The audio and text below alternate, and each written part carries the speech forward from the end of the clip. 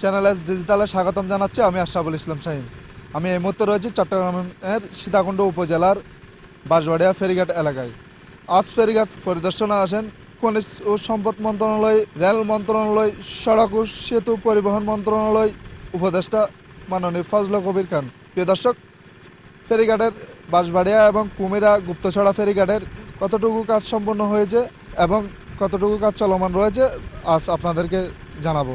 প্রিয় দর্শক, আপনারা দেখতে পাচ্ছেন বাঁশবাড়িয়া ফেরিঘাটের যে সড়ক ফেরিঘাট পর্যন্ত নির্মাণ করা হয়েছে তার 80% কাজ শেষ হয়েছে আমরা দেখতে পাচ্ছি।